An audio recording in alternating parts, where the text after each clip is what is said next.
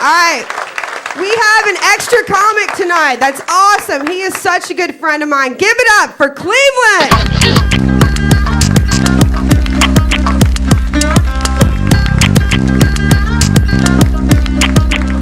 That's Kristen Estes right there, man. I want to thank her. Yeah, fucking awesome. I want to thank her for that really cool, heartfelt intro. That was. Give it up for Cleveland. You guys didn't. That's all I got, man. You know, I'm used to getting ready because they give you this really cool intro. Ladies and gentlemen, making his way to the stage. You've seen him open up for Dave Chappelle in Lexington. Rupp Arena. He's got his own show on the internet called Rockstar on the Budget. Please give it up for Cleveland. Yeah. Because I'm here to rock the mic. That's what I've daydreamed about all my life, man, since I was a kid. But when I was coming up, I actually wanted to be a rapper. You know, I daydreamed back in the 80s of being a rapper, walking out on stage in front of 30,000 people where the energy is palpable. Boom, boom, boom, boom, boom, boom, boom. Public Enemy, something like that. Ladies and gentlemen, please welcome Cleveland. The crowd goes wild, wow, and I'd walk out on stage. But here's what the daydream end, because I grew up in a white neighborhood, so I'd be like, heard it from a friend who, heard it from a friend who, heard it from another you. So I'm not that disappointed I didn't get a cool intro.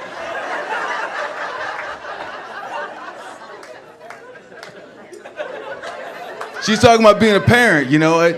I'm glad to talk to some adults because I'm a parent myself. For the past 3 years, I've been a stay-at-home dad while my wife graduated from college. It's just been me and this 2-foot-tall, 3-year-old, little half-naked, pot-bellied Flavor Flav just running around my house all day. How much this cost, G? Pow! You know? And it's tough being a dad and a role model and a leader to somebody who thinks you're his goddamn butler. Walks around my house some kind of millionaire playboy just still in his pajamas all day. Morning, Cleveland. I'll be having eggs this morning. I'll be having eggs here, here, and a whole bunch over here. Because that's the kind of guy I am. I worry about raising this boy, man, because time is flying by. I remember when it was like yesterday, we're going to get the ultrasound, all that lab work done, and found out it was going to be a mine. And I was cool with that. I really was. I'm ready to be a father. We already married, looked like we timed this shit right. I just wasn't ready to retool my whole way of thinking. I am an adult and I talk around adults about adult shit all day long. I had to learn how to just talk around him. I learned how to figure out to say, Jiminy Christmas with a side order of fries. Will you please stop jumping up and down on my jolly green couch? I learned that lesson the hard way. Because one day we're at the grocery store about a month ago.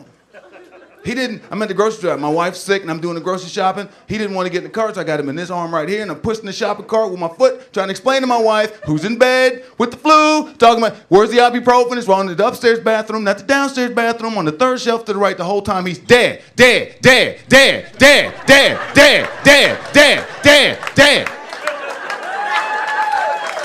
And people are starting to stick their heads over the counters like prairie dogs, like, what the hell is that?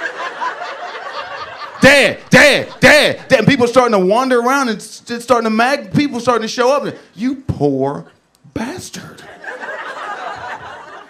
Dad, dad, dad, dad, dad, dad. And he just looks at me and goes, nigga, you hear me calling you?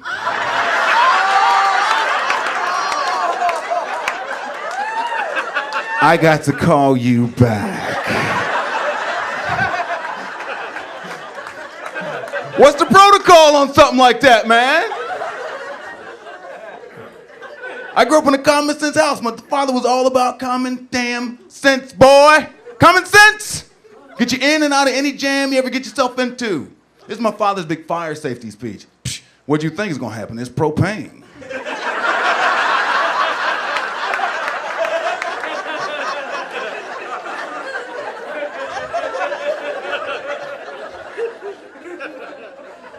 The day my son was born, my father and I sat down in the smoker's area, was talking, chilling, talking about discipline, because my father treated an ass whipping like a good meal. Take your ass upstairs.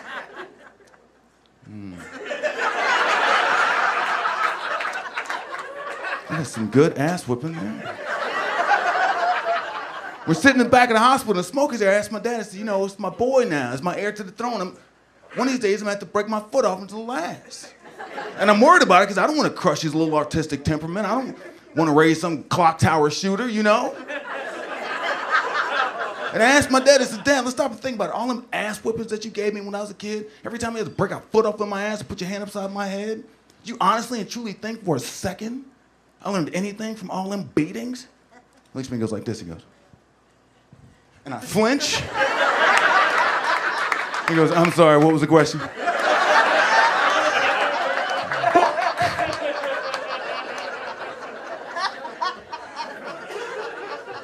So that's what's up with me. How you guys doing? I guess I should tell some jokes. I ran it for about the past 4.5 minutes. Whatever, man. And a joke, if you want. I had a bunch of different jobs before I got into comedy. You know, I once worked for an entire year at a Japanese restaurant as a dishwasher for an entire year. It was cool, man. I got a chance to hang out with these cats and learn their culture and learn their language. And I found out, you know what the Japanese word for dumbass is? Dishwasher. Who knew? I didn't know. That's just common damn sense right there. I'm gonna try to leave on a high note. I hope you guys dig this next one. I'm looking forward to when my boy turns 18, because we got this tradition in my family, all the males in my father's family, including me. I get to sit down with my boy when he turns 18. He'll listen, son, I've taught you everything I could teach you about life, and I've showed you everything I could show you about life. I got one more life lesson for you. In my hand, I have a check for $50,000. Take this money, do whatever you think is the right thing. Blow it, go to school, travel the world, I don't care. But if you take this money, don't ask me or your mother for anything for the next 4 years. And I'm looking forward to that phone call 2 weeks later when he calls me, hopefully from his dorm, on his couch, looking at his window, talking on his phone. Dad. Yes, son. That check bounced. That's life. Click. Tell me something good. Bow, bow. That's just common sense, boy. You know me and your mama ain't got no $50,000. Thank you guys. Good night. Thank you. Cool. All right. Let's give it up for Cleveland.